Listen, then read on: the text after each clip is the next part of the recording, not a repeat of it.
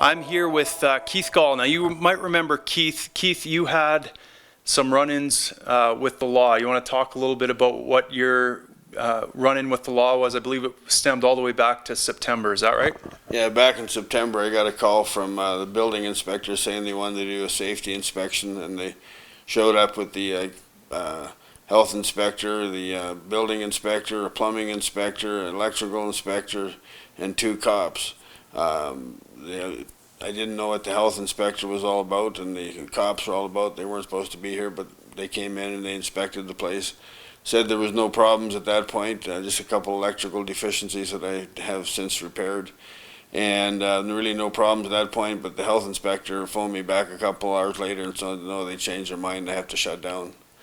First they told me I could keep growing till I finished my stuff, and then they said I had to shut down.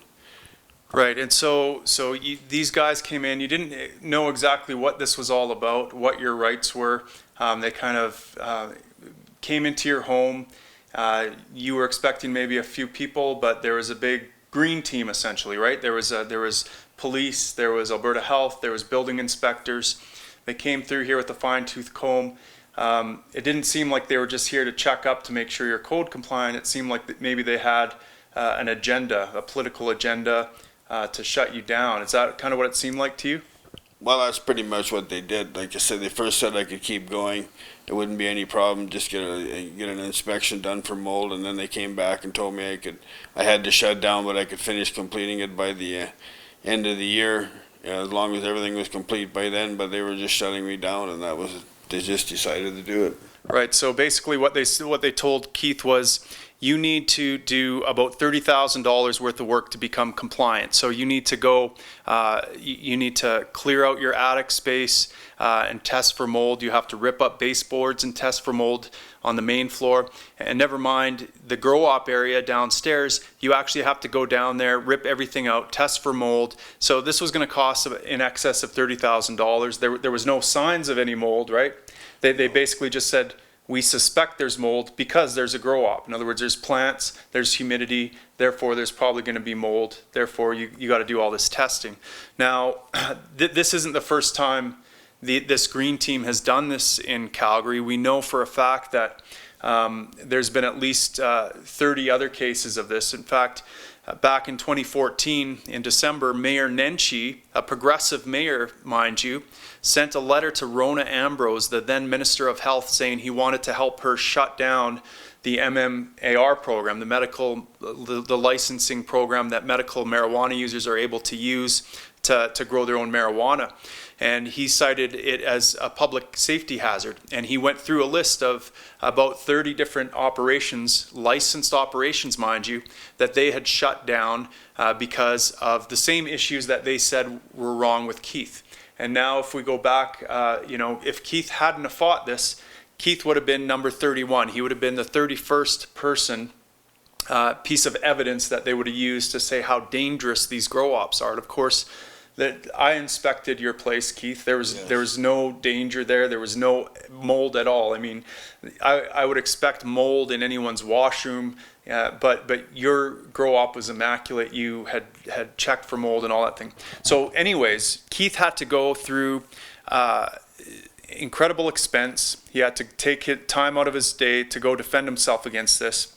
And he didn't know how it was going to go, because after the initial tribunal hearing, the Alberta Health Services lawyer told Keith that he would have to be, that he would do anything in his power essentially to shut you down. Isn't that right? Yeah, basically, if he lost a tribunal hearing, he was going to take us back to court for whatever he could and make sure that we lost it one way or the other. So we'll see what happens now that I've won everything. So we'll see what they do now. So last we had heard, Alberta Health Services, or the tribunal told Alberta Health Services, look, you're asking too much. Try to come up with a better plan and work with Keith on a better plan.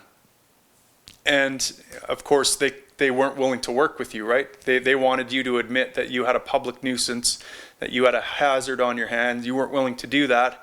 And so that forced this tribunal to essentially make a decision. Isn't that right? Yeah, it forced them to make a decision based on the tribunal hearing that we did have.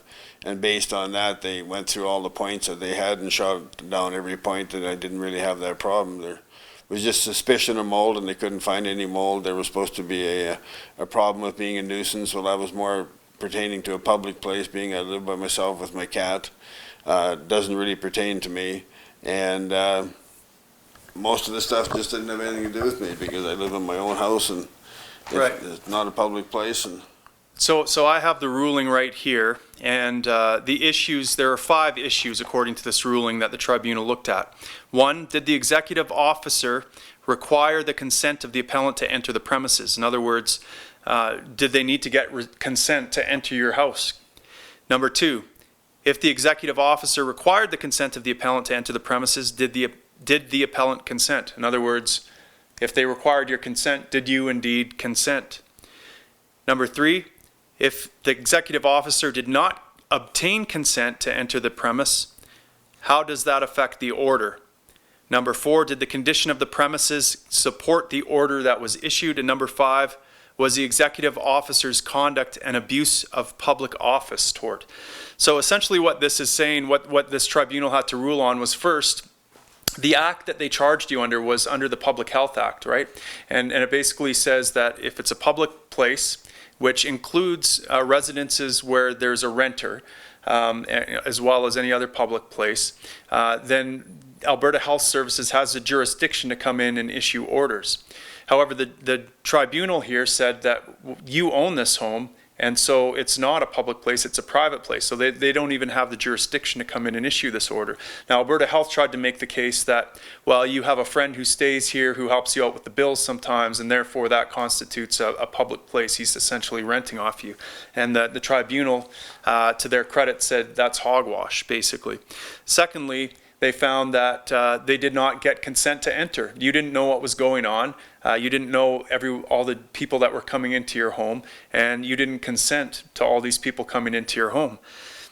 And so they found that it is not supported just on those 2 things. But they went further to say that not only was there no jurisdiction for them to come in, but there was no evidence of any nuisance to begin with, and that their order was out of line.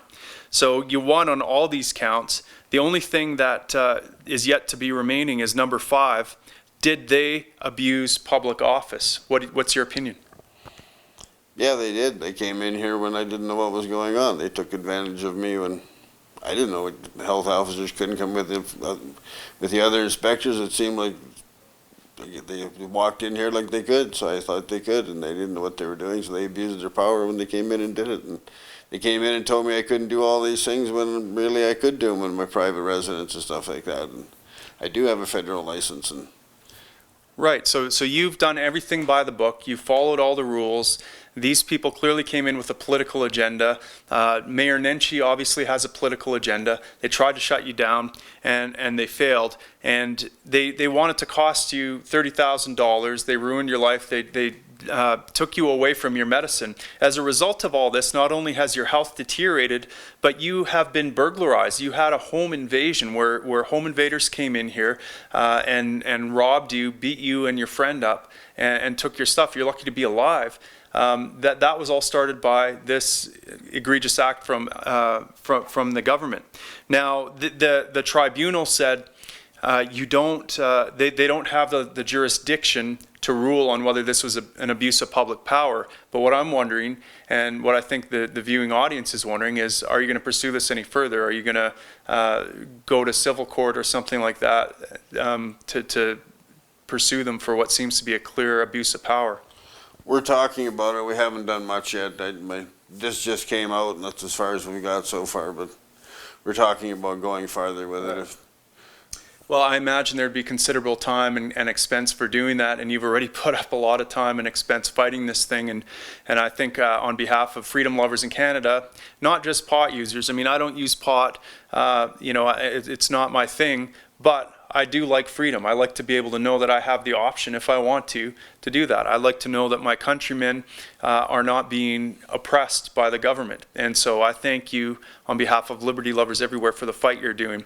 And I'll tell you this, I bet you people out there that are watching this right now, if Keith takes this to court to punish these people for the wrong that they've done, that you would get financial support and backing of the cannabis community. I have no doubts about that. So sound off. Would you support Keith if he takes Alberta Health Services to court, teaches them a lesson, and make sure they think twice, if at all, of ever coming after someone else using cannabis for medical use again in a legal way? Sound off. Let us know what you think. Keith, thank you again for doing this. Yeah, thank you very much.